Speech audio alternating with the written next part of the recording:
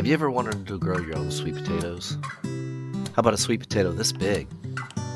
Or perhaps grow enough sweet potatoes to feed your family for an entire year? Well, let's find out how. To get started is pretty simple. What we'll first need is some type of pan or tray, some type of grow mix or dirt or compost to put into the tray, some water to wet that mix down, and of course, at least one sweet potato. The sweet potato can be a sweet potato bought from a store or one you've had left over from previous years. As long as it's something that is organic, you should be fine. Once we have all our supplies gathered, let's fill that pan with the dirt, compost, or whatever type of soil mix you have, and then bury the sweet potatoes. As you can see, I did not bury them all the way.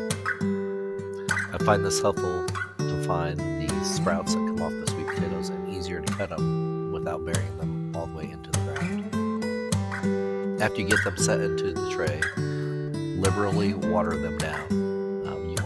You don't want standing water in there, but you do want the soil mix pretty wet. You'll want to keep the pan and soil pretty wet for the next few weeks. It took about 20 days before I started to see some sprouts on my sweet potatoes. Once these sprouts reach about an inch or two, you'll want to snip them off and put them into a cup of water to root out.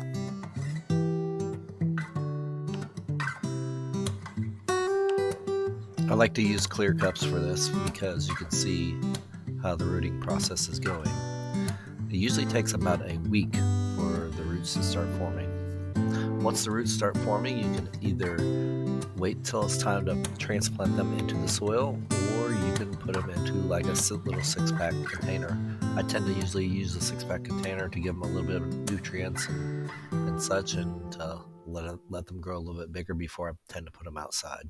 You'll want to wait till the weather is pretty warm before you put these outside. Sweet potatoes do not tolerate cold weather very well.